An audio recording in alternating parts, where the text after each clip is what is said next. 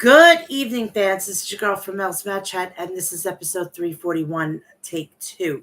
Last week, I wanted to apologize that the YouTube and internet was going a little wonky, so I just, I just backed away and I said, you know what?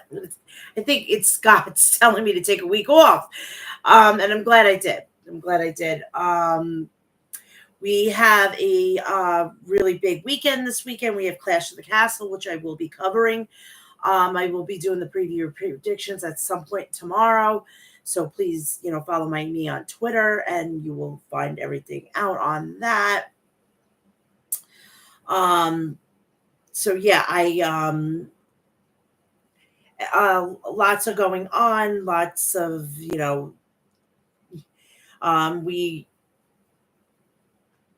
we thank Christ we're going to have a respite for like 2 weeks, and then we're going to go right into Forbidden Door and whatnot. So I'm going to enjoy Nick. I believe it's this. Hold on. I'm going to enjoy next weekend when there's like no PLEs or pay-per-views. So hopefully, it'll be very quick and whatnot. And one good thing is that weekend I can actually do preview and predictions early in the morning, and then Monday I can go and do that any day, any time of the day. I want to address this. I have to wax my lip, and what had happened was I pressed too hard, and when I ripped the wax off my lip, it ended up giving me this, and it's like almost like a burn, almost like a like not like a burn, a blister. So yeah, I'm not happy about this. This is very embarrassing, and hopefully within a week it'll get better and we can move on from this whole situation. But yeah, I just took a week off, and I'm actually glad about it. And so yeah, we are going to cover SmackDown and all of AEW. So I'm not going to spend too much time on here. I am going to get to the facts and everything like that. I am now on OnlyFans. As of July 1st, I will be closing it, and you're going to have to pay for the content, which is a low price of $5 a month. I have stuff on there now. Please go check it out. Real Mel's Mat Chat. Also, you could do the same handle on my Snapchat. Go check that out. If you want to donate to the cause of this channel, please go check my Twitter feed, X feed, and there's the PayPal. You can donate as much as you want, and I will shout you out on the show. Also, please follow me on my social media accounts, which are Facebook, Instagram, TikTok, Threads. I'm on Cameo. I'm on everything. Mel's Mat Chat with that one. So we are set to go with that. Just go follow me on all my social media platforms. And if you want to donate again, PayPal is QR code is up there, and you could go follow me over there, and you can donate to whatever you want, because I came up with a loophole that I don't have to worry about getting this situated, so I can start receiving income on my end and doing this whole situation without getting to 1,000 subscribers. So I'm just kind of doing a loophole, and I found it, and I love when I find loopholes. So that is pretty much it. I'm hoping everybody is going to have a great Father's Day weekend, because Father's Day is this Sunday. So this shout out to all the fathers and the parents who are doing double duty, just like me. Please also do me a favor. If the last minute gift giving is still upon you, please do me a favor. Go check out the people over at Maestro Classics at maestroclassics.com. Visit their website for all your beard essentials. Please also go check out Liquid Death at liquiddeath.com. Visit their website for all your artillery to murder your thirst. They have spring water, unflavored salsa water, sports packs, iced tea, and so much more. So go check that out at liquiddeath.com. Also, visit if you're a big coffee fanatic like I am, I'm a huge coffee fanatic. Please do me a favor. Go check out the people over at Death Wish Coffee at deathwishcoffee.com. Visit their website for all your coffee essentials and sample the world's strongest coffee with the lowest acidic rate. Also, please go, if you support independent professional wrestling like I do, please go check out House of Glory. House of Glory is going to be returning on July 26th. High intensity, and guess who's going to be in the house? It's going to be Swerve Strickland. So it's whose house that weekend? It's Swerve Strickland, the AEW World Heavyweight Champion, if he still has the title after Forbidden Door. Also, East Coast versus West Coast, Future Stars of Wrestling versus Hog, August 17th. So if you want to find out what's going on and everything, just follow them on their social media. And since you're not going to be able to get to obviously out in Vegas, you can probably find it on the Thriller app, formerly known as Fight. And it's like $7.99 a month. And let me tell you, I'm grandfathered in with my old, which is $4.99. I'm telling you, I've caught up on all the specials. Fucking $4.99. I'm telling you, you're gonna see fucking for $4.99 Swerve Strickland. You're not in AEW. Come on, it's a deal. It's a steal for even $7.99. All right.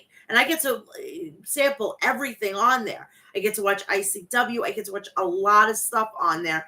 It's you shouldn't be sleeping on that app. If you want the alternative from WWE, it's a great app, and I completely 100% support it.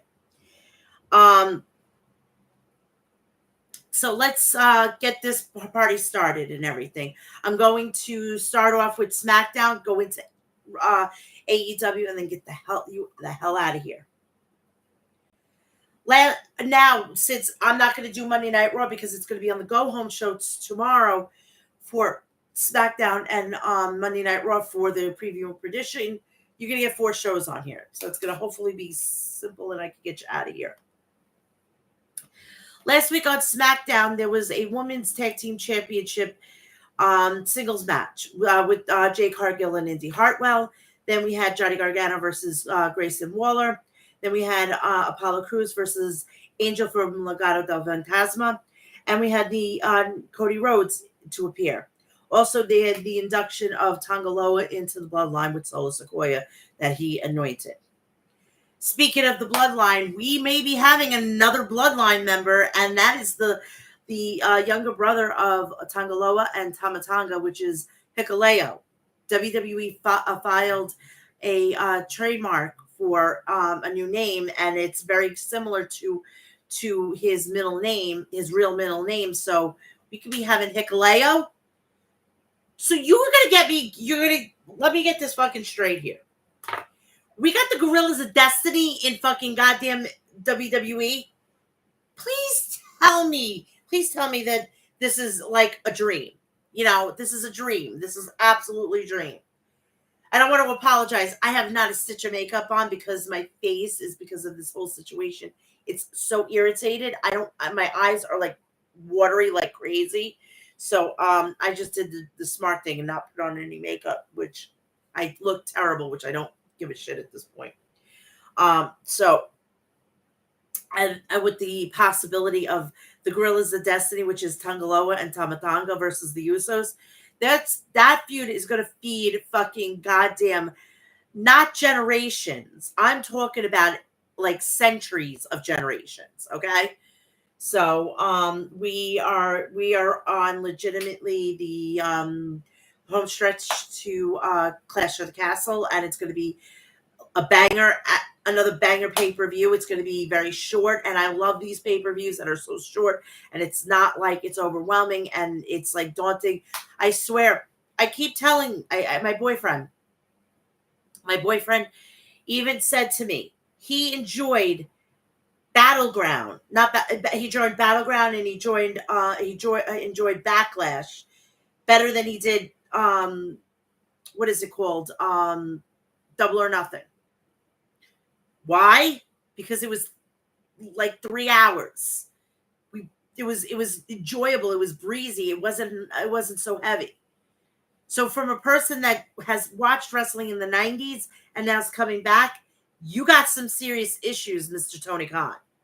You want to lure him to watch your product, not with fucking 6-7 hour pay-per-views. That's so long ago. Get with the times. Remember, you're not the alternative anymore. And I'm going to keep on saying this. If it wasn't for black and gold, AEW wouldn't be existing right now. So SmackDown opened up with a video package recapping the feud with AJ Styles and Cody Rhodes. Cody Rhodes then showed angrily backstage, and we are welcome to the show with the bloodline coming out to the ring. So Paul Heyman starts off by saying, "We must get the record straight." Heyman says, "Until Roman Reigns comes back, Solo Sequoia will sit at the head of the table." A "We want Roman" chant went and begins. Heyman then attention to Tangaloa and says the story of the bloodline will never be complete without the infamous Tangaloa. Heyman then says, "With Louisville, thank you and good night." And that wasn't even in the fucking goddamn cards here. Sequoia then begins talking, and fans start booing and chanted, "Solo sucks." Solo then tells Heyman that he should thank Loa and Tonga for saving him from Kevin Owens last week.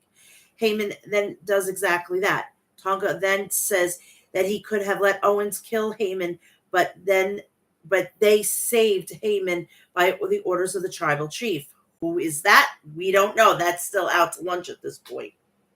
Heyman then says he wants to return the favor and get there early to do what a wise man does. Heyman then says all he had been hearing is that Owen is looking for a piece of any member of the bloodline. So then Kevin Owens' music hits, and Owens makes his way down to the ring. Owens then takes down Tonga.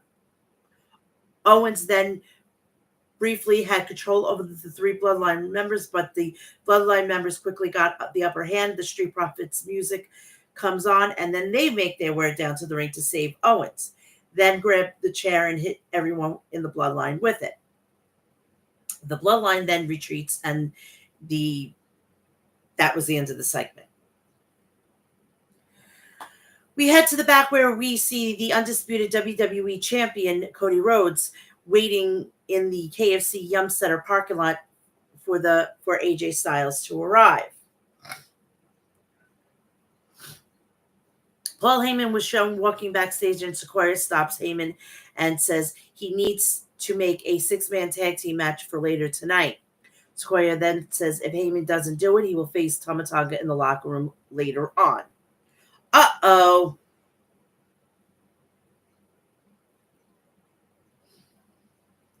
We have the Women's Tag Team Championship.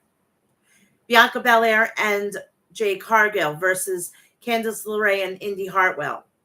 The match starts off with Belair and Hartwell as Alba Fire and Isla Dawn, Shayna Baszler, and Zoe Starks appeared at ringside. I want to take a special time out to Alba Fire.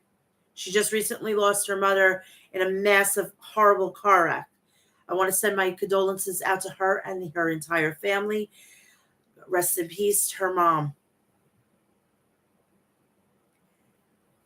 So moving on, LeRae tags in and looks to send Belair into the corner. Belair then stops her momentum and hits a shoulder on LeRae midsection, then nails her with a display vertical suplex and a springboard moonsault.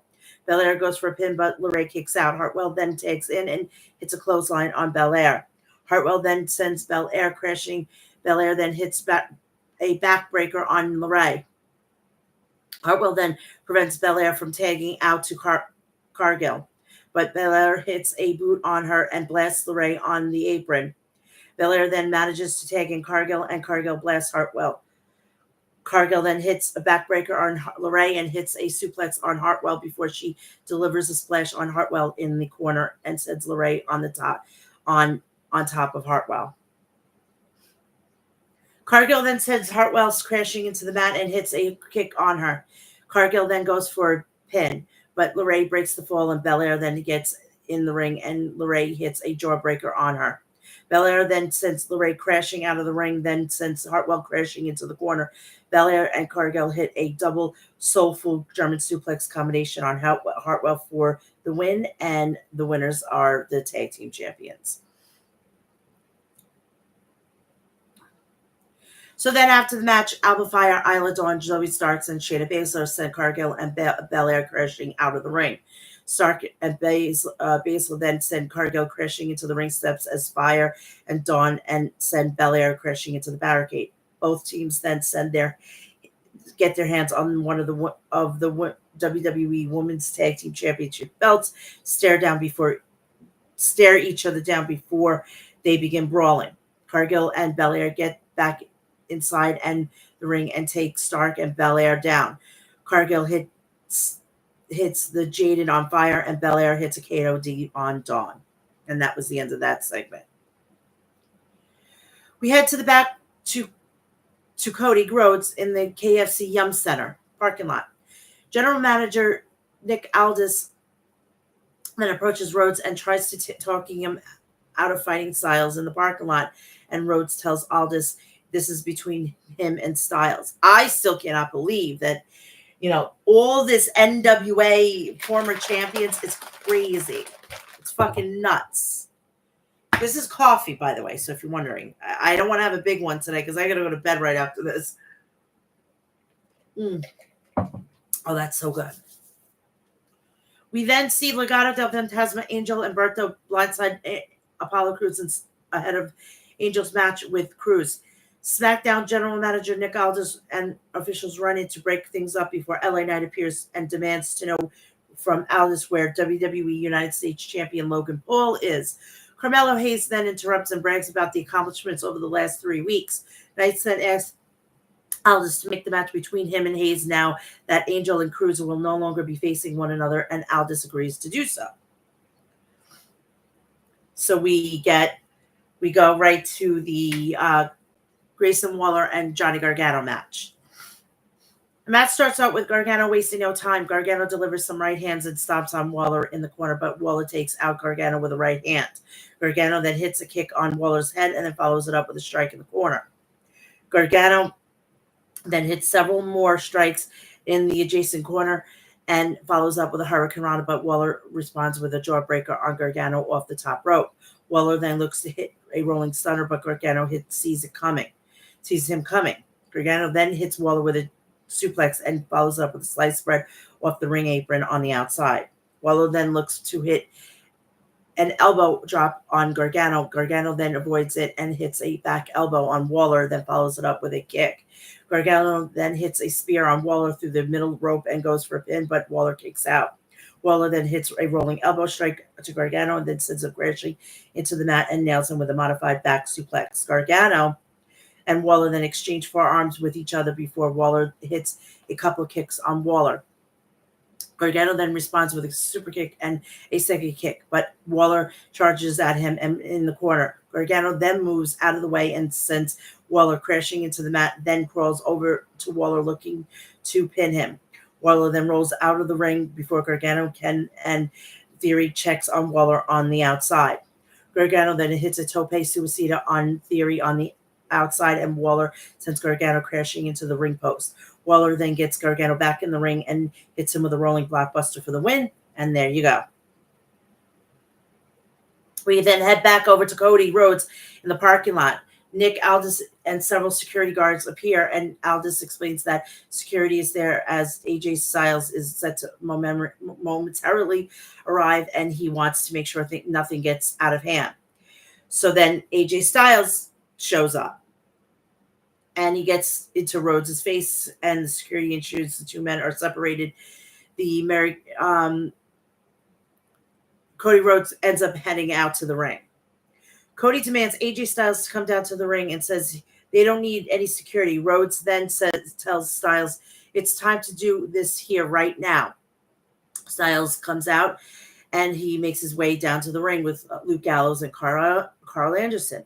Security runs out to the ring with Nick Aldis not far behind. Styles then asks Rhodes if he thinks he cares what he wants. Then says that Rhodes wants is irrelevant to him. Styles then says Rhodes wants him to fight him so bad, then demands Rhodes give him what he wants. Styles then he says he wants an undisputed WWE Championship match at Clash of the Castle, and Rhodes accepts Styles' challenge. Rhodes then tells Styles that he will make him quit in an I Quit match. Aldis then makes things official, and the security tries stopping Rhodes from attacking Styles. Rhodes then fights his way through security to Styles on the top of the ramp, but the security eventually intercepts him and holds Rhodes back. Styles then manages to take a shot at Rhodes, basically like a cheap shot.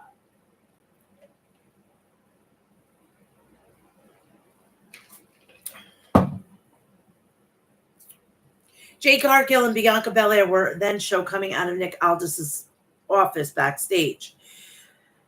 Belair then wondered what their match at Clash of the Castle will be, and it was announced they will be defending the titles against Alba Fire, Isla Dawn, Shayna Baszler, and Zoe Starks in a triple threat tag team title match. Singles match, LA Knight versus Carmelo Hayes. The match starts off with him running his mouth. Hayes then hits a kick on Knight's midsection and delivers some right hands on his spine, but Knight responds with a few strikes of his own. Knight then clotheslines Hayes and sends him out of the ring. Hayes then pulls Knight out to join him, and Knight sends Hayes' face repeatedly bouncing off the announce desk. Hayes then sends Knight crashing into the ring apron spine first, but Knight sends Hayes on the top of the announce desk and delivers some right hands on him. Hayes then hits a springboard clothesline on Knight and goes for a pin. Knight then kicks out and Hayes climbs to the top, but Knight trips him and drags him back into the ring from the apron. Hayes then lands on his feet, but Knight's blasts him with a clothesline and sends him crashing to the mat face first. Knight then delivers some stomps on Hayes in the corner, and Hayes nails him with a kick. Hayes then sends Knight crashing into the mat and goes for a pin. Knight then kicks out, and Hayes delivers some strikes on him.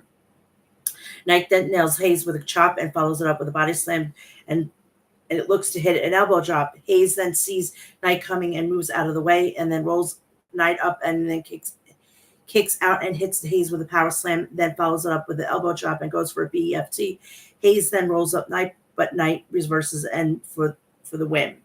So LA Knight continues to win, and I believe that Logan Paul is going to do the deal. And I actually would like to see him win the Intercontinental. Let that get, flourished as well. So then after the match, Knight grabs the headset and puts Logan Paul on notice. Knight tells Paul if he doesn't want to come to SmackDown, he'll bring SmackDown to Paul. I'm hoping that he goes and he crashes in on him on Impulsive. We head to the back. We see Tiffany Stratton tell Nia Jax she has her back, as they are the princess of the ring and the queen of the ring. Mitchin then confronts Jax and gets into Mitchin's face. Mitchin then tosses a drink at Jax, and two began to brawl before officials intervened to separate the two women quickly. We get a video featuring the events that took place last week between WWE Women's Champion Bayley and Chelsea Green, and then Bayley ends up heading out to the ring. So Bayley starts off by saying she will be stepping into unfamiliar territory when she defends the WWE Women's Championship against Piper Niven at Clash of the Castle. Before Bayley can continue, Niven's music hits, and she makes her way down to the ring with Chelsea Green. Green then tells Bayley that she talks a big old game for being old loser, and the reason fans are booing her because they are losers too. Green then says Bayley was a loser at Saudi Arabia last week. Her tag team partner Naomi was a loser as well. Green then says Bayley will be a loser again at Clash of the Castle. Bailey then recalls beating Chelsea Green in Saudi Arabia and says while she relates to being a mouthpiece for someone being big and strong, Niven doesn't need her. Bailey then says she respects Niven and she has appreciated what Niven can do in the ring since Mae Young Classic. Bailey then says she knows that their WWE Women's Champion means everything to Niven, with her wrestling in front of her family, friends, and former colleagues in her own country, and she knows what it feels like to lose. Bailey then says Niven could have asked for a match. She didn't. Bailey then tells Niven she's going to have some fun beating her. Niven then grabs the microphone from Green and says she's waiting to beat Bailey down in her home country of Scotland. Niven says she is glad Bailey has respect for her and her journey, and she will take more to heart if Bailey knew more about her journey. Niven then says the Mae Young Classic was in 2017, and she has been crawling her way out of the trenches. Niven then says she has been putting Scottish wrestling on the map, and while Bailey was busy hugging people, she was making a name for herself in the United Kingdom, winning titles. Niven then says if Bailey knew how dangerous she was, she wouldn't stand so close to her. Niven then says she hopes Bailey respects her for her makes it a little less painful when she wins the women's championship match at the women's title at Clash of the Castle. So, speaking of Scotland, I want to congratulate Drew McIntyre on becoming a Hall of Famer in this Scottish Hall of Fame over there, and he's now a Hall of Famer. WWE United States Champion Logan Paul sends a message, and he says he needs an actual challenge, so he's going to compete in the World Tetris Championship. Paul then says he competes with the best in the world, and Knight has done nothing to merit his attention. Paul then calls Knight a hillbilly and tells Knight to go back to mid-card where he belongs. Niven and Green were then shown walking backstage, and they run into Nick Aldis, who was talking to Naomi. Naomi then warns Green to keep her name out of her mouth. Naomi gets into Green's face, and Aldis stops everyone by saying he doesn't have time for this. Aldis makes a match between Naomi and Chelsea for next week in SmackDown, which is going to be taking place in Scotland tomorrow. And they're going to have this big press conference. So we're going to tune into Peacock here in the United States. Everywhere else, it's the WWE Network. We will all see Mitch and Bass Nia Jackson. A singles match of the Grayson Waller Effect will take place with a special guest of DIY. And I have a funny feeling that is going to be added on to the PLE. And I think that they should lose it to DIY.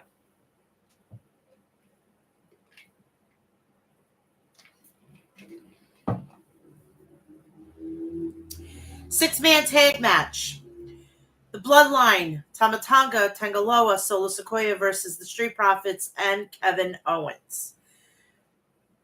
And that starts off with Tama Tonga and Angela Dawkins. Dawkins wastes no time going after Tama. Dawkins nails Tama with the back elbow and hits him with a splash in the corner and then tags in Montez Ford. Tama then delivers some shoulders on the midsection in the corner and then tags in Loa. Loa then delivers some right hands on Ford in the corner and follows it up with a body slam and tags in Tama back in. Ford then sends Tama out of the ring, but Sikoa drags Ford out underneath the bottom rope and sends his head repeatedly bouncing off the ring apron. Sikoa then sends Ford crashing into the ring post. Sikoa then hits a Samoan drop on Ford. Tama then tags in and nails a right hand on Ford before delivering a couple of sliding clotheslines on Ford, going for a pin. Ford then kicks out, and Tama is sent crashing to the outside, but gets back in the ring and blasts Dawkins on the apron. Ford then hits an Itsugiri on Tama, then tags in Owens as Tama tags in Sikoa. Owens then delivers some right hands on Sikoa and follows up with stomps in the corner. Owens then hits Sikoa with a cannonball, then climbs to the top and hits a swanton bomb. Sikoa then hits a super kick on Owens, but Owens responds with one of his own. Sikoa then hits a clothesline on Owens and sets up Samoan Spike on Owens, seeds sets up a Simone spike, but Owens sees Sequoia coming, but hits him with a stunner. Owens then goes for a pin, but Tama and Loa pull Owens out of the ring to break the fall. Dawkins then comes in. Owens then aids Ford, flies over the top rope, lands on everyone on the outside. Sequoia grabs a chair and whips it across Ford's spine, causing a disqualification. So the Street Profits and Kevin Owens wins the match via disqualification. After the match, Dawkins and Sequoia brawl in the ring, but Loa and Tama come to Sequoia's aid. Sequoia hits a spear on Ford, but Owens goes after the Bloodline on the outside. The Bloodline then overpowers Owens and hits a triple powerbomb a la Shield side style on him through the announce desk. The Bloodline stands tall and holds up the one hand gesture, "We the ones," as the show comes to the close. So we are putting another level on this. It's going to be very interesting during War Games. War Games is going to be the fucking it. And let's go and talk to Tama Tonga. This guy gets placed in here and he's traveling all over the world. I can guarantee you he's probably saying to himself, I got fucking pigeonholed in fucking New Japan. I am now traveling the world. I'm in a fucking prominent. Why wasn't I here long ago? Because it's the old fucking man. And could you imagine if he did sign him? He would have fucking goddamn jobbed him out to fucking Roman Reigns. But that's not the case at this point. Thank Christ. Hey, while you're here, please like, share, and subscribe. Turn on the bell for all notifications so when I go upload a video, go live, or do a short, you'll know about it. Forgot to mention that to people. All right. So SmackDown this week and Monday Night Raw this week will be tomorrow on the preview and predictions of Clash of the Castle. So you're going to join me. I don't know exactly what time. I'm going to probably be sometime in the afternoon. Hopefully that, we could do spoilers. And then I could get to bed a little early because I got to get up at like 4 o'clock in the morning to go visit my kid. So, all right, let's get to let's get to AEW.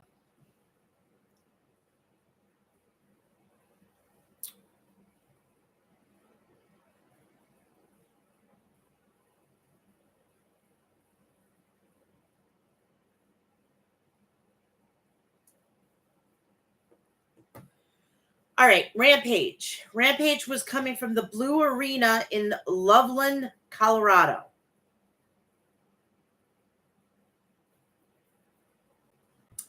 We started off with the Butcher versus Penta El Zero Miedo. And Penta's contract is coming up. Do we see him jumping ship to possibly WWE? I mean, we really don't need him. He could actually, stay where he is. We really don't need him. And I think he would be just beneficial staying there because basically he can do whatever the hell he wants. He could go to back to AAA or CML or whatever the case may be. Even go over to New Japan. Speaking of all the other promotions, WWE is starting to work with all these new promotions, This is crazy. Somewhere in fucking Connecticut, the old man is fucking goddamn fucking saying, "Oh, how can we do this? How can we do that?" Hey, Alyssa, how you doing, sweetheart? I love you. Mwah, mwah, mwah, mwah, mwah.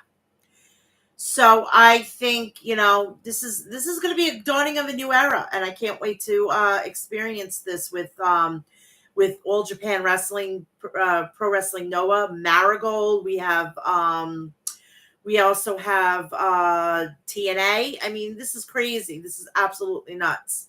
Can we somehow stick possibly HOG in there? Just saying. All right, so we're going to start with Butcher versus Penta El Zero Miedo. Butcher blasted Penta with a haymaker. Penta fired back with a thrust kick. Butcher caught Penta with a kick to the side of the head. Outside the ring, Butcher charged at Penta, but Penta dodged him. Butcher collided with Alex Abrahantes. Penta called for the AEW medical staff. While that was going on, Butcher landed a chop on Penta. Butcher is in control, said Daddy Magic. Got a piece of hair. Tablet, sorry.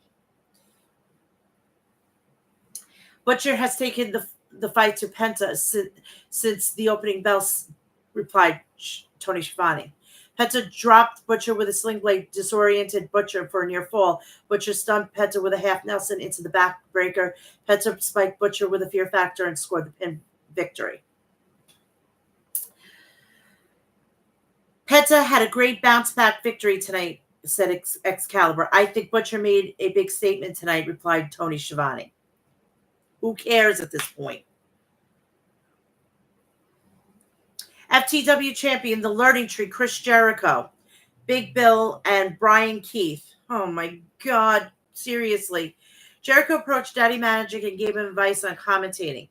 Brian Keith sneered at Daddy Magic, and Daddy Magic told him to back off. The Acclaim, Anthony Bowens and Max Caster with Daddy Ass versus Hunter Gray and Parvizi. Caster booted Gray, Hunter ate backhand, and from Caster, Max Caster hit a mic drop and pinned Hunter Gray. It was blink, it was over, basically. This is the closest thing to a fucking bloodline that fucking Tony Khan will ever have, because I'm not joking. If you think that any of the bloodline members are going to end up, or any part of the Anoa'i family are going to end up in AEW, you are so sorely mistaken.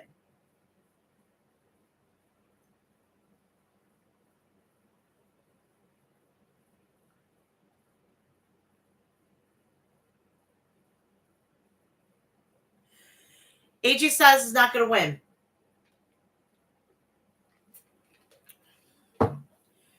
I think AJ Styles is going to lose a lot. And then with this whole thing with TNA, I think this is how he's going to get his Hall of Fame ring from TNA. That's the way I see it. Gates of Anarchy, Bishop Khan and Toa Leona versus Private Party. Quinn grabbed a blind tag drop kick Khan. Brother Zay jumped out of the ring and with a tope to Khan. Toa charged at Brother Zay with a shoulder tackle outside the ring. Bishop Khan whipped Toa into Quinn. They are completely shutting out Private Party, said Excalibur.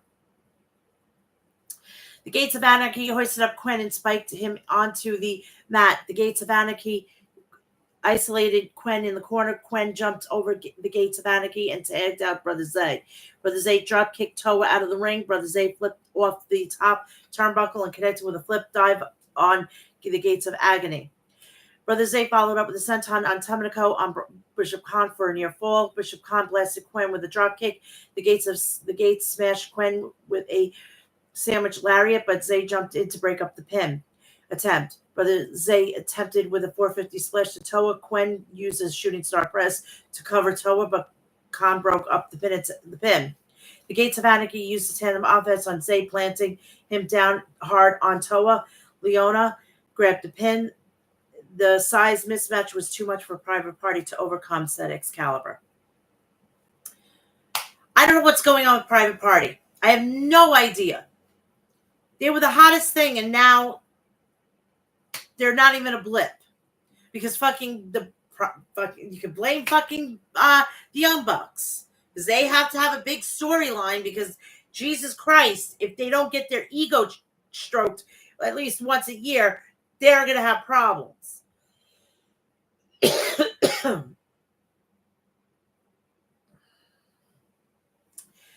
The Bang Bang Gang Trios match. Juice Robinson and the Unified World Trios Champions, the Guns, versus Caleb Crush, Chris Wilde, and Tyler Payne. Juice is now been kind of freebirdized with the title, so he's allowed to be recognized as a Trios champion. I don't understand why that's not the case, like in every fucking goddamn faction. For Christ's sakes, look at the Spirit Squad. They were the tag team champions. And there were 5 of them. So Juice charged at Caleb, crushed and knocked him right down. Juice jabbed Caleb. Juice grabbed Tyler with a leg lariat. Juice smashed Wild with a spine buster. Juice catapulted Caleb in the corner and then finished him off with Juice's loose for the pin. Jay White, there's nothing left that I love more than watching my boys go to work. Guns up. That's right. The gang is back together, back at full strength. We're top shelf gunslingers, and now we have back our stray bullet, Juice Robinson. And that gives me an idea. Announcing and anointing you, Juice Robinson, as 1/4 of the Unified World Series champions. Are you down with that, Juice? I'm down with that. How do you even split 9 belts 4 ways? Wondered Excalibur.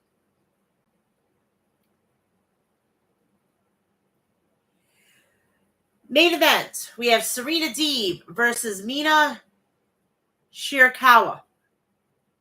This woman is legitimately having every man simp for her because of what she's doing with Mariah May and Toni Storm. Now, this is definitely desperate. Definitely desperate. This is not even needed, honestly. So, but for you all guys that think she's gorgeous, so be it.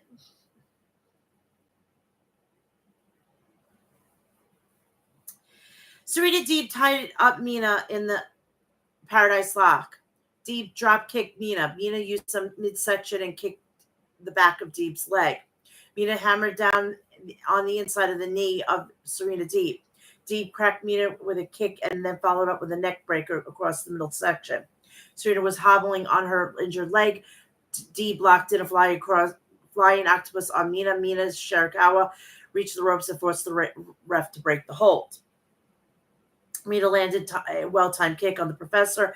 Mina rocked Deeb with a rolling elbow strike. Mina followed up with a falling neck breaker on Deeb. Shirakawa drove her knee into the shoulder of Deeb for a near fall. Deeb nailed Mina with a German suplex. Deeb wallowed Mina with a lariat for a 2 count.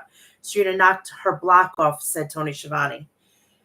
Mina countered the Deeb talks with a back body drop and a cradle for a near fall. Mina applied the figure 4 on Deeb and wrenched back. Deeb and Mina exchanged open palm strikes. Deeb desperately rolled to the ropes to force to break the hold. Deeb struck with a dragon screw leg whip and then powered bomb Mina for near fall. Deeb transitioned into a stretch muffler, but Mina countered with a cradle for a near fall. Deeb chop blocked Mina. Serena Deeb was looking for a Deeb tox, but Mina countered it, spiking Deeb headfirst and scoring the pin.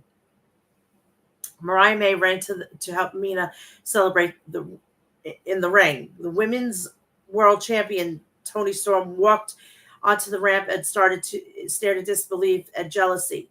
Mariah invited Toni to the ring and join the celebration. Mariah is trying to act like as a peacemaker between champion and challenger, said Excalibur.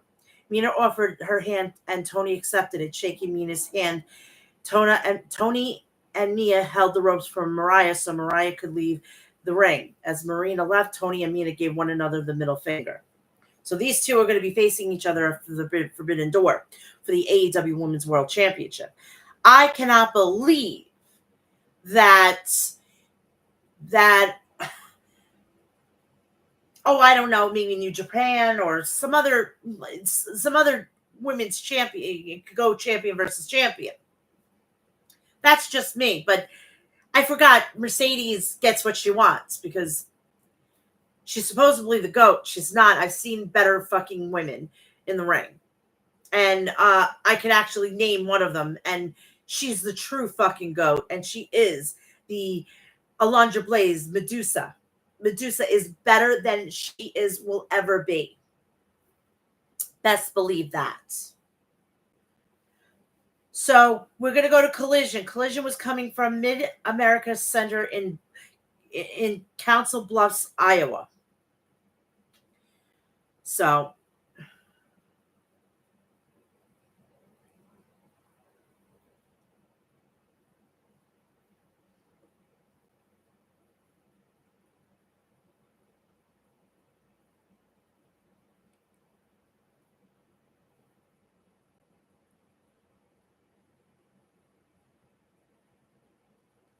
sorry, I'm answering a text by my family.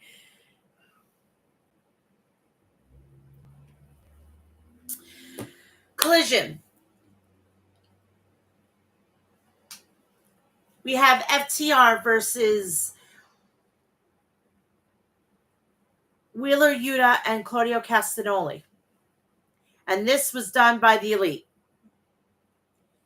Claudio Castagnoli and Dax Harwood grappled to start the match, with Claudio trying to smother Dax. Claudio served up a big European uppercut. Dax left the ring to gather himself. Dax backed Claudio into the turnbuckle and lit up Claudio's chest with stiff chops. Claudio body slammed Dax and a double stomp Dax sternum. Wheeler grabbed a tag and he and Dax exchanged chops. Cash came in and Dax delivered a double elbow to young Wheeler Yuta. Cash clobbered Yuta with a European uppercut. Yuta tagged out to Claudio, and Claudio smashed Dax with wild uppercuts. Claudio followed up with a pump kick to Dax for a near fall. Claudio locked in Cash into a sharpshooter, but Dax put Wheeler in a sharpshooter of his own. Sharpshooter stare down, said Tony Schiavone. And somewhere fucking goddamn Punk and Bret Hart are smiling. And if you think Punk is not watching them, Punk and FTR are friends. So he's not going to stop watching them. That's not happening. Even though the fucking company sucks. And their management. Claudio and Dax smacked each other with open palm strikes, then transitioned into forearms. Dax hit his desperation spinebuster on Claudio. The fans chanted, "This is awesome. This is awesome." The fans stood to their feet and applauded for the four wrestlers as both teams countered tandem offense from one another. FTR was going for a shatter machine, but Claudio prevented it and put Cash in the giant swing. Yuta drop kicked Cash and Claudio covered Cash for the pin, but Dax jumped in to make the save. FTR finally hit shatter machine on Claudio and went for the cover, but Wheeler Yuta was there to break the pin attempt just in the nick of time. Cash placed Claudio in a sharpshooter. Claudio turned it around and applying the move on Cash. Dax grabbed Yuta, but grabbed Yuta and put Yuta in the sharpshooter for another stare down. Claudio reached the hold and spiked Dax with a gotch-style pile driver. Cash planted Claudio with a pile driver and covered him with for a 2 count. Bobby Cruz announced that there was 1 minute remaining in the match.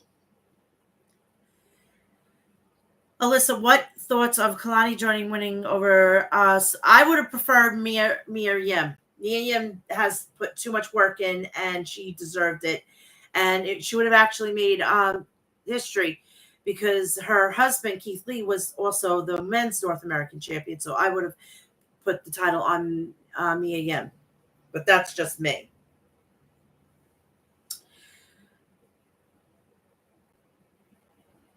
So Bobby Cruz announced 1 minute remaining in the match. Claudio planted Cash's face first.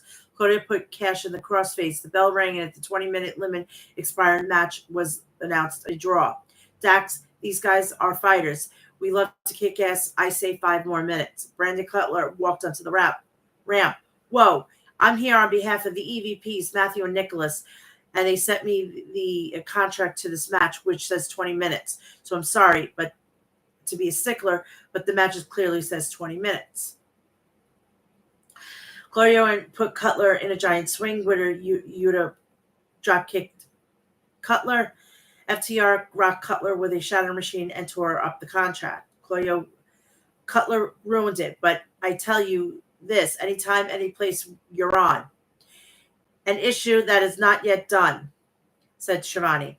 I love to see them run it back, but do you think EVPs are going to let that happen? Wondered Nigel. Not a chance in fucking hell. Lexi Nair was interviewing Kyle O'Reilly backstage. Roderick Strong and the Undisputed Kingdom interrupted Roddy. And Kyle looked good, but not great since his return. Roddy said he's beaten Orange twice. So if he needed any advice, he was here. He was happy to help.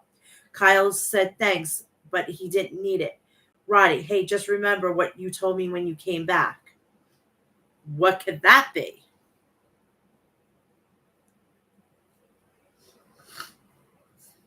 Chris Statlander versus Robin Renegade. Statler whipped Robin in the turnbuckles. Chris rocked Robin with a power bomb. Chris finished off Robin with a Saturday Night Fever and pinned Robin in a decisive pin. Stokely.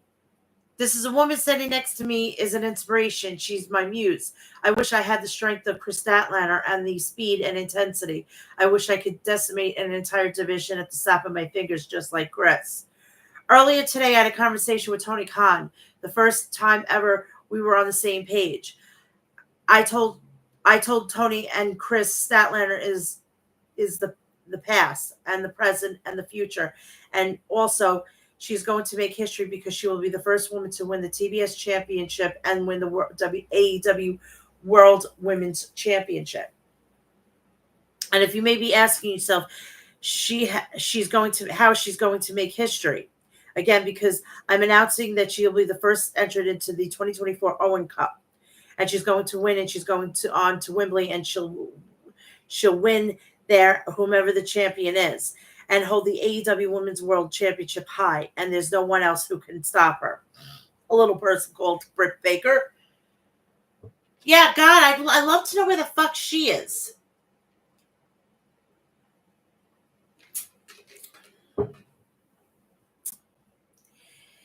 Lexi Nair interviewed Willow Nightingale backstage, asked her reaction. Willow said she's announcing that she's too entering the 2024 Owen Cup. And Chris, I hope to see you there. Dustin Rhodes versus Johnny TV, which is Johnny Mundo, Johnny Nitro, Johnny Morrison, Johnny everything, basically. Johnny Impact, whatever.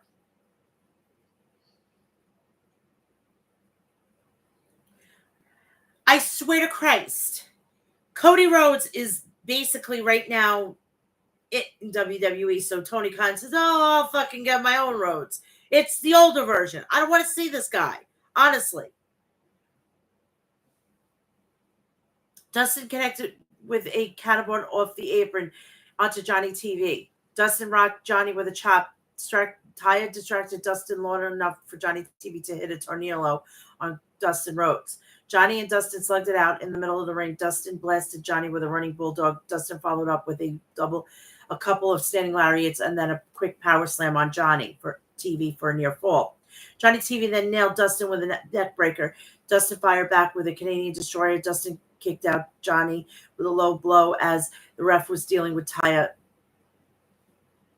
Dustin planted Johnny with the crossroads and then went for a cover, but Taya grabbed Johnny's foot and put it on the rope to break the pin. The referee ejected Taya. Johnny stunned Dustin with a thrust kick, and Dustin turned it around. Johnny rocked Dustin with 3 knee strikes.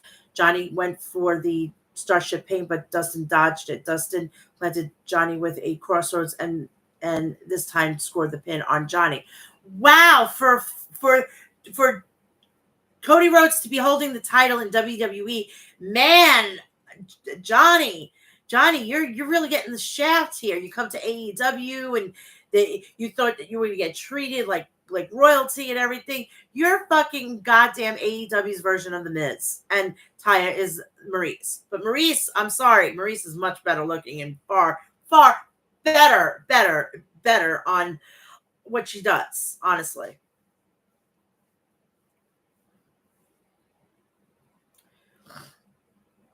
Wow, Dustin earned that one, said Shivani. Did he ever, said Nigel. Dustin, this doesn't happen a lot for me standing in the ring after a match. I've got 2 things I've got to talk about tonight. Number 1 is you. For almost 37 years, you guys have not abandoned me. I appreciate, love you all. I want to thank everyone in the back, Tony Khan, most importantly. I want to thank these cameramen. These are the best cameramen in the business. The second thing, and the most important I want to talk about, is the one called the Scapegoat. Jack Perry. Jack, when you left, we missed you. When you came back, we were happy to see you. But what you did, what did you do? You attacked my boss, the man who pays my paychecks and ultimately gave me a second chance. You disgust me, Jack Perry. You joined the elite. Lately, Jack, I've been hearing you talk about sacrifice, on how much you sacrificed for this business. Let me tell you something, boy. You were born with a silver spoon in your mouth. You never worked a day in your life. For 37 years, I've sacrificed my family, most important, my life. Jack, To put simply, you ain't sacrificed shit. When I met you as a little boy, I took a picture with you and I thought, what a cool little kid. But you're mediocre now because you're a follower, not a leader. And I quote your late father, if you're a follower, the view never changes. Jack, you and I have a match this Wednesday on Dynamite. Jack, I'm going to destroy your little punk ass. And if you beat me fair and square, I'll mark my whole career on that. This Wednesday night, it's all over, and you're lying in a piece of heat, and you will never forget my name, the Natural, Dustin Rhodes. There's a video package on Zack Sabre Jr., and he's unfinished business this year at the Forbidden Door against Orange Cassidy. See you there, darling. Premier athletes: Tony Nese, Aria Davari, and Mark Sterling versus Dante Leon and Tripp. The premier athletes charged at the opposition, bludgeoning them in the corner. Two runaway locomotives. Tony spiked Tripp on the mat and pinned him. Mark Sterling has a winning tag team here. New and improved, said Nigel. A vignette for Scorpio Sky. Do we care at this point about Scorpio Sky? Honestly. Doesn't make a fucking bit of difference.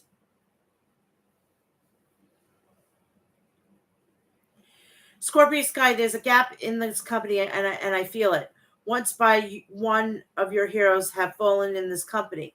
Now it's time for all of us to come together.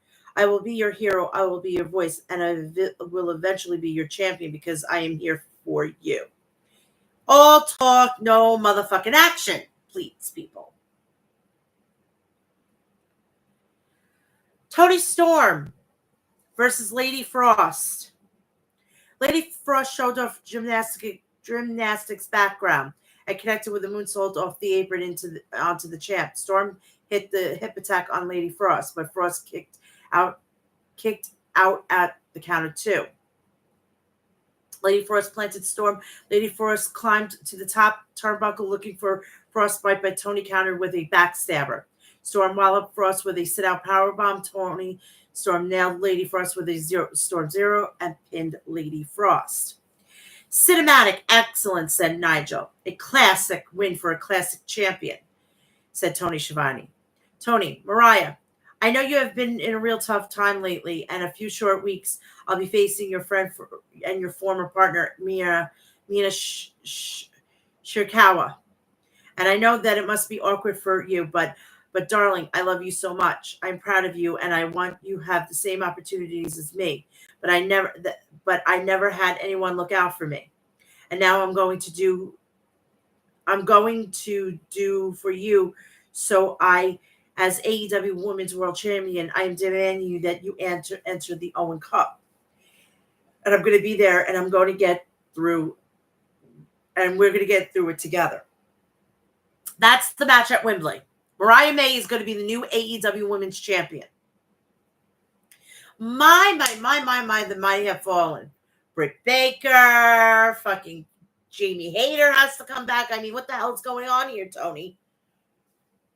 What the hell is going on here, honestly?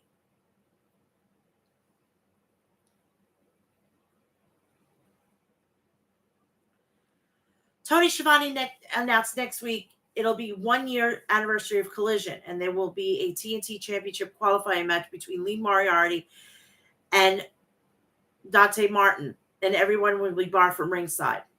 Backstage, Samoa Joe and Hook ambushed the premier athletes in their locker room.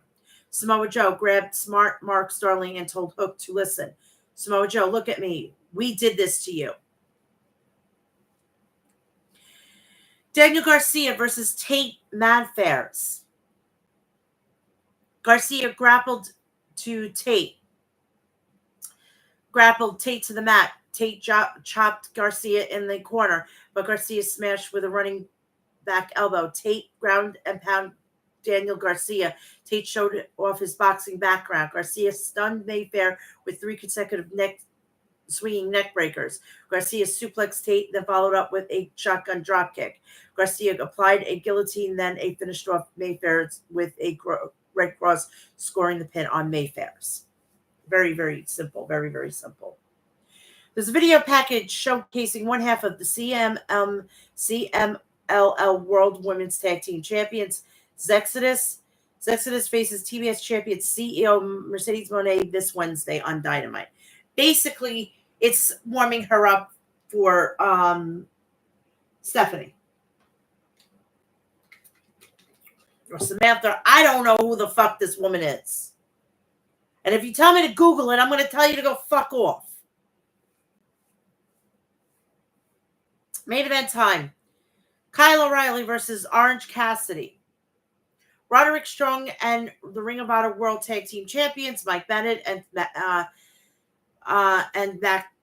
Taven are sitting ringside. God, Ring of Honor needs to go.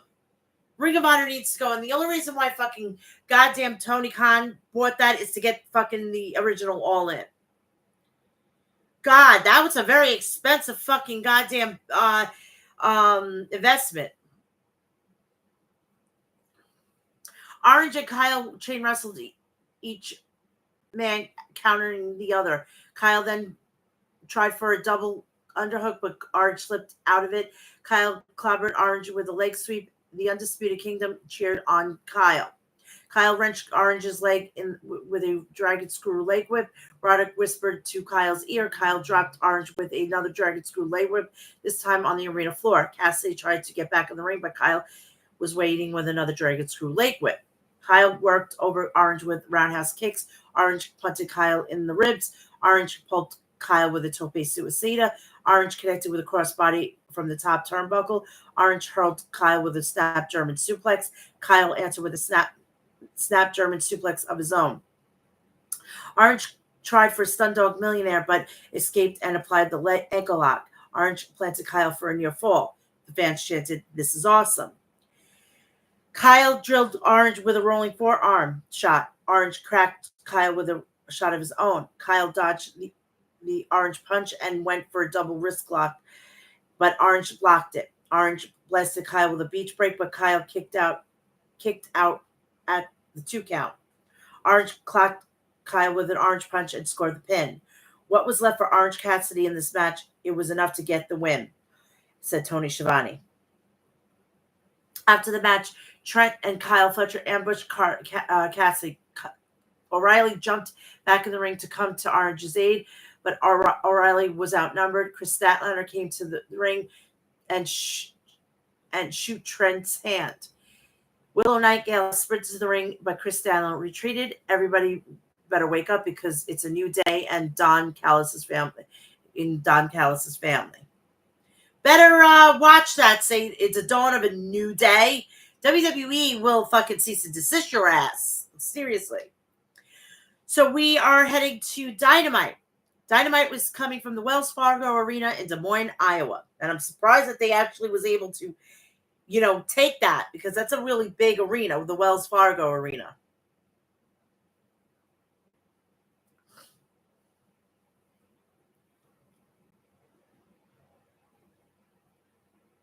Sorry, my tablet's pretty slow tonight.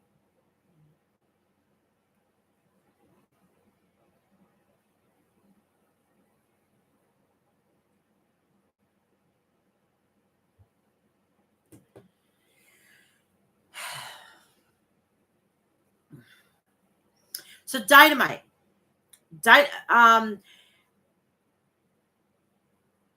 We started off with AEW World Champion Swerve Strickland came out to the ring with Prince Nana to start the show. Swerve, are you ready for Forbidden Door coming up in a few weeks? In one quarter, we've got the international champion Will Ospreay challenging for the AEW World Champion, challenging the World Champion Swerve Strickland in the main event for my championship. The biggest stars of this generation colliding, two absolute killers. Well, more like one killer in that ring. If you want to know what's going to go on with Ricochet, I'm going to let you know. I'll let you know tomorrow on the preview and predictions, okay? Because I know everything about that. And Wardlow is, making moves too. So I fully expect by the beginning of next year, we're going to have Ricky Starks, Sammy Guevara, and Wardlow in WWE. That's my prediction for 2025. Well, I told you about 10 years ago, once you develop that killer instinct, there wouldn't be anyone able to stop you. Last year, you were in the ring with Kenny Omega, and I saw the assassin get the job done. Fast forward to a couple months, you against Takesha, and an assassin got the job done. And I saw you against Bryan Danielson, and once again, the assassin got the job done.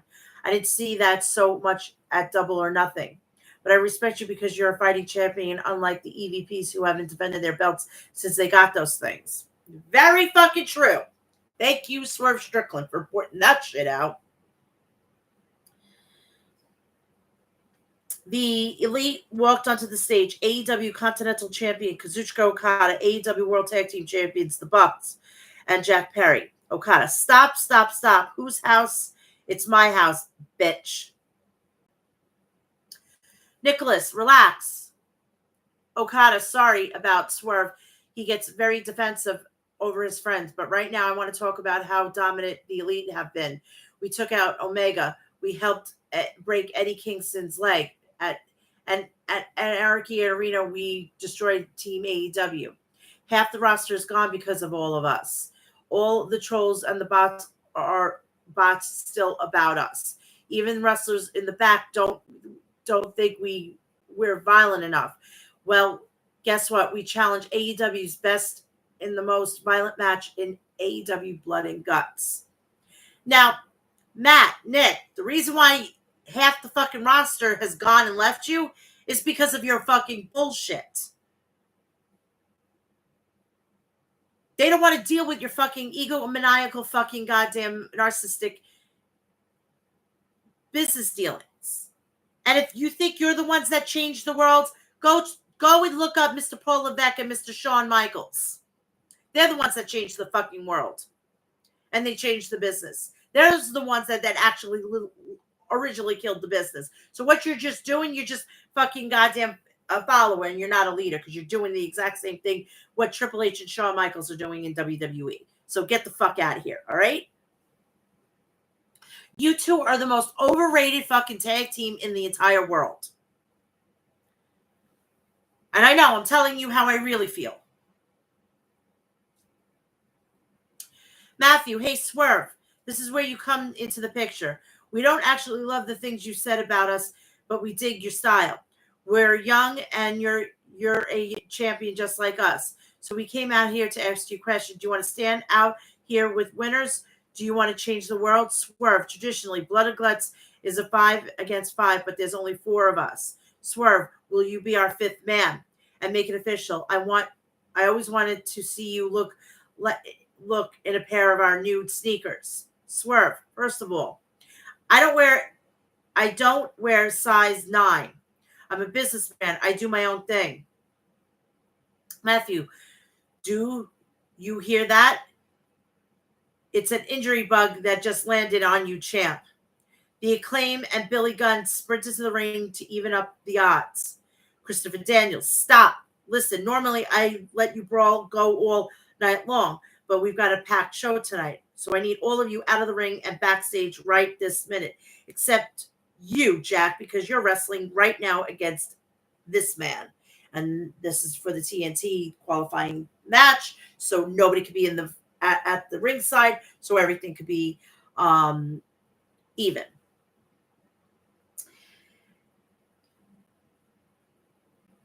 Jack Perry raked Dustin's eyes. Dustin fired back with a big lariat. Jack ripped off the middle turnbuckle pad. Jack Perry shoved Dustin out of the ring into the ring post. Perry pushed Dustin into the steel ring steps. Jack exposed the cement, peeling back the protective padding on the arena floor.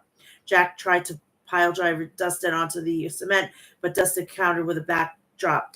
Dustin Rhodes was busted wide open, blood gushing from his forehead. Why? That was not a fucking reason to... Oh my God, anything to fucking blame now. And I think it should be part of the fucking goddamn media rights. if you're gonna blade on pay-per-view, I don't want it on the fucking show. And if it does happen on the show, it better be organically. And if it's not organically, that person, I don't care who has, if they have titles or anything like that, suspended, stripped, and fucking fined. It's not necessary. Jack Perry lines up Dustin with a V trigger, but Dustin countered with a power slam. Dustin followed up with a running bulldog. Dustin was looking for a crossroads, but Jack Perry escaped. Dustin jabbed at Jack and delivered an American elbow. Dustin drilled Jack with a crossroads for a near fall. Jack Perry sent Dustin headfirst into the exposed turnbuckle. Perry plastered Dustin's head on the concrete outside the ring with a DDT. Jack Perry kicked Dustin with a low blow, and when the ref had her back turned, Jack Perry cracked Dustin with a charging knee strike and pinned Dustin Rhodes. Jack Perry advances to the TNT Championship ladder match at the Forbidden Door, live on pay-per-view for the vacant TNT Championship on Sunday, June 30th, said Excalibur, which I will be covering. I will also be watching it reluctantly because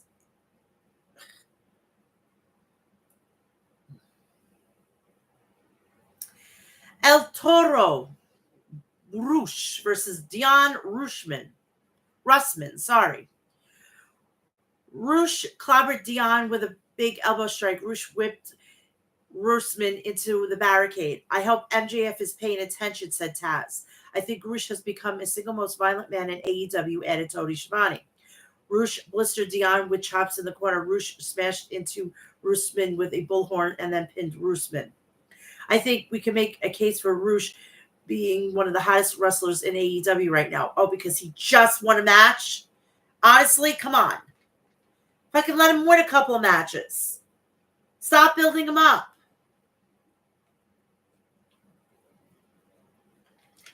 It's not necessary.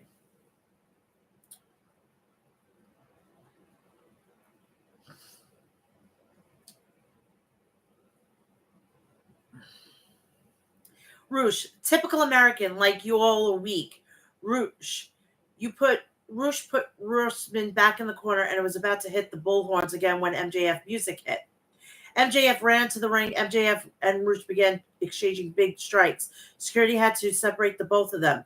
MJF chomped on Rush's head. Rush pulled MJF out of the ring and whipped MJF into the barricade. Rush and MJF rolled into the crowd. The fight went on backstage. MJF muscled up Rush and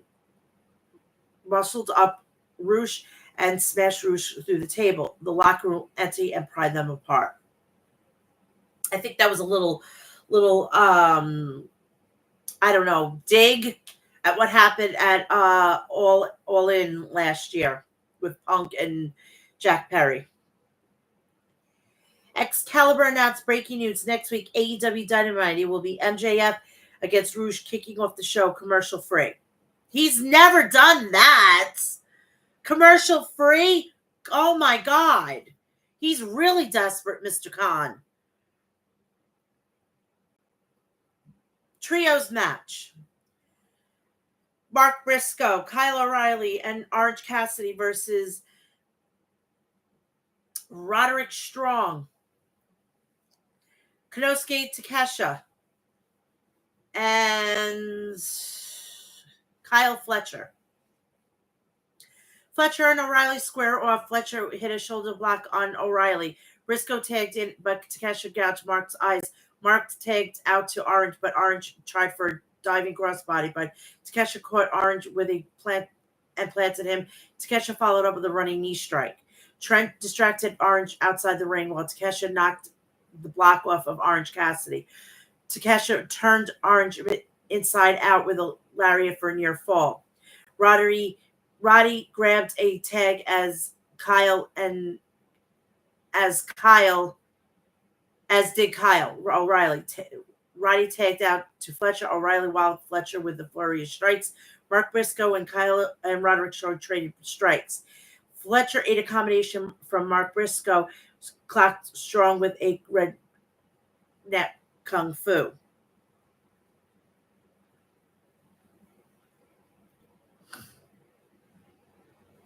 Orange spiked Fletcher with a diving DDT for a 2 count. That was an impressive kick out by Fletcher, said Taz. Orange was looking for an Orange punch, but Takeshita grabbed Orange's leg, and Fletcher nailed Orange with a half and half. Briscoe blasted Orange Roddy with a fisherman bomb. Takeshita rocked Mark with a blue thunder bomb.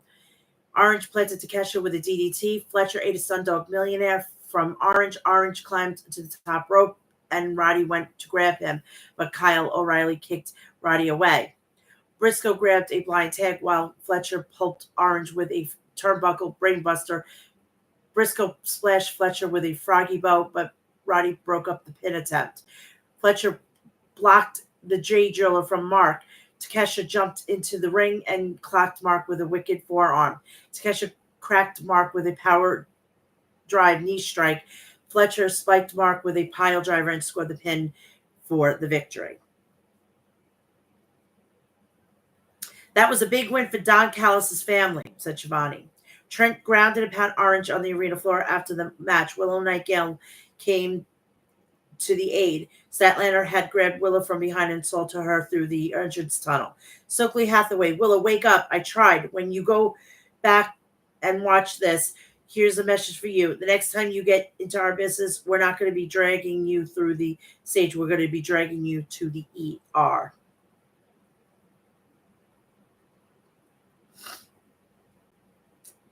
There was a video package hyping up Shingo Takagi, Rampage Dragon, and the never openweight champion.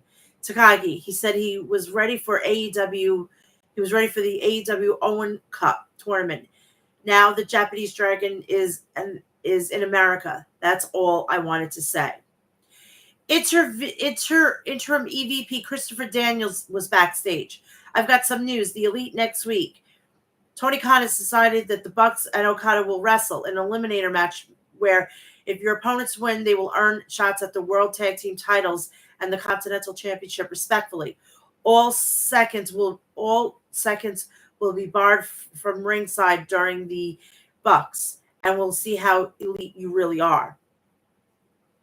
The premier athletes, Tony Nese and Ari Daivari versus Samoa Joe and Hook. Hook and Samoa Joe ambushed the premier athletes on the ramp. Samoa Joe jabbed Nese in the ring. Hook took Tony Nese down with a lariat. Ari tagged in and Nese double teamed Hook with 8 stomps in the corner. Hook escaped and suplexed premier athlete. Shibata wiped out Sterling outside the ring with a kick. Samoa put Nese in a rear naked choke.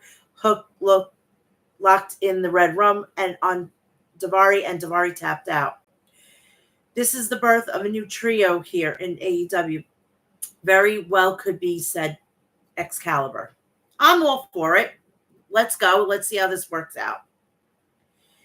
TBS Championship match. The CEO, Mercedes Moné versus CML Zuzukis. If I fuck it up, I'm sorry. Zuzukis used a flying mare into a chinlock takedown. Mercedes used the deja vu drop. Zukis dropped Mercedes with a roundhouse kick. Mercedes launched off the announce desk to take down Zukis with an arm drag.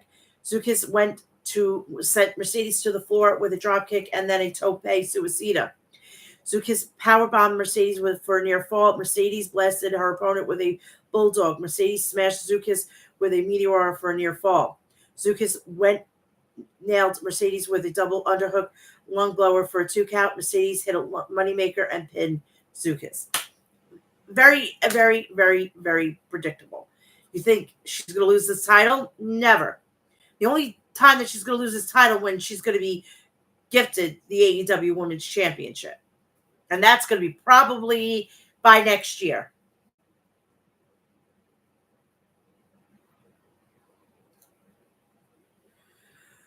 Renee Paquette was backstage with Tony Storm and Mariah May.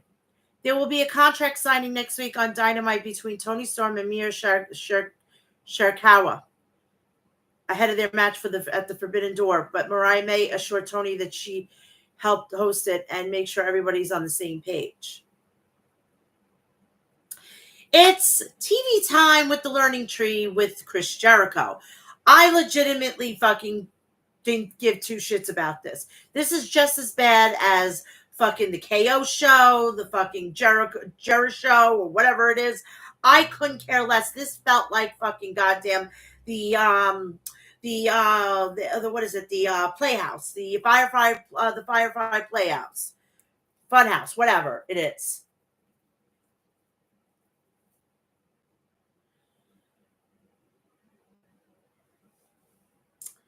The Redwood Big Bill welcomed the audience to TV time with the Learning Tree. Chris Jericho then introduces the FTW champion Chris Jericho. Jericho walked out to the ring, Bad Apple Brian Keith with him. Jericho, hi guys, who wants more TV time? You know I do. I also want to say thank you to all the branches. My new t-shirt is already one of the fastest selling t-shirts in AEW history. No, it isn't. With all respect, each other, I respect all my branches in the Jericho Vortex. There's a couple of youngsters who need a little advice to get to the next level. I'm going to bring out Private Party now. So they came out. Cringeworthy, but they came out. Jericho, you guys have been doing some great work here in AEW, but you haven't been winning matches. The reason for that is your basics aren't to snuff. So, you know, I don't know who trained you, since I was trained by the late great WWE Hall of Famer Stu Hart 33 years ago in the dungeon in Calgary. I know a thing or two about the basis properly. You guys are technically unsound. Zay, how about you teach us? I want to see it. I know Quen wants to see it. Jericho, I'm going to show you guys right now how to climb the rope the way the late great Owen Hart showed me. Jericho climbed to the top rope. Zay knocked Jericho down. Private Party wiped out Brian Keith and Big Bill with topes. Zay hits a senton on Jericho. Quen follows up with a shooting star press on Jericho. Private Party left the ring before Big Bill and Brian Keith could grab them. And if you're wondering who trained Private Party, if you have ever heard of Amazing Red, he is one of the founding fathers of House of Glory, and he is a TNA original. A high package aired for the Forbidden Door, where IWGP World Heavyweight Champion Jon Moxley will defend against Tetsu Naito. AEW Unified World Trios Champions Juice Robinson and the Guns were backstage. The Collision Cowboys challenged the House of Black to a match this Saturday on Collision. I am telling you, the House of Black better win.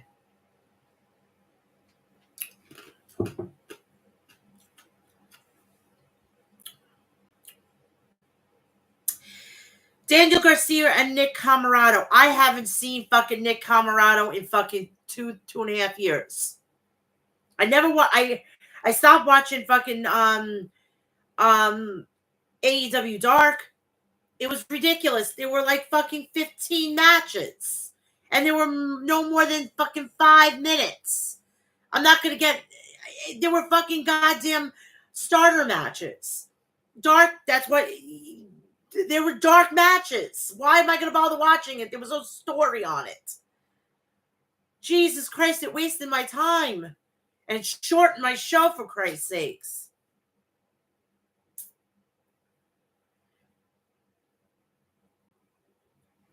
Nick charged at Garcia, but Garcia dodged him. AEW International Champion Will Ospreay was watching Garcia on the monitor backstage. MJF was watching from the separate monitor. Garcia locked in the guillotine and then rocked Camarado with the Red Cross, scoring the pin. An emphatic victory tonight for Daniel Garcia, said Excalibur. The Bastard Pack announced he will be entering the Owen Hart Cup. I'm angry again, and I am at my very best when I'm angry. This will be my redemption story. And one more thing. Bang Bang Gang, don't you think for a second that the Death Triangle forgets what you did to us. We never forget. Main event. AEW International Championship match. Will Ospreay versus Rey Fenix.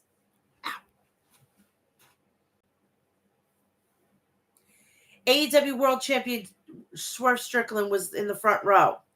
Ospreay handed Swerve contract for the Forbidden Door main event, and Prince Nana took it from Ospreay. Ospreay blocked an Oscutter from Ray Phoenix, and the action off to a red hot start. Phoenix took down Will with a Rana. Ospreay connected with a running boot to Phoenix. Ray stunned Will with a frog splash for a near fall. The fans chanted, "This is awesome." Ray Phoenix went for a Hurricane Rana off the top rope, but Will landed on his feet. Ray Phoenix connected with a heel kick. Ospreay nailed Phoenix with a version of an air raid crash. It is made official. Blood and Guts will take place on Dynamite on Wednesday, July 24th in Nashville at the Bridgestone Arena. Tickets go on sale this Saturday at AEWtickets.com. We get back to the match, which they've got to stop doing that, because everybody's listening and they're not paying attention to the fucking match. Why don't they fucking do that? Like a Twitter fucking thing, or a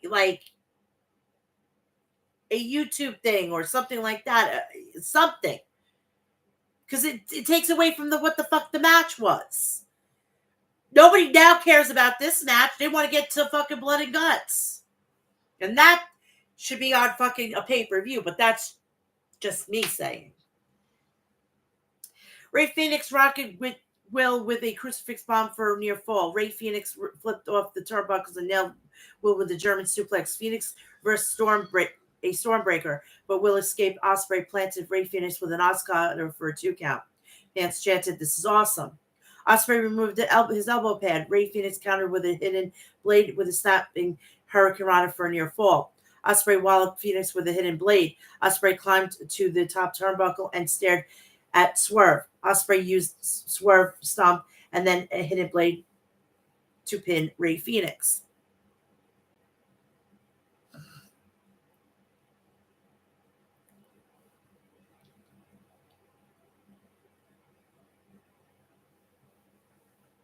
Basically, it was just quick match, but this is where it's going to get the story with Will and Swerve is going to develop a little bit.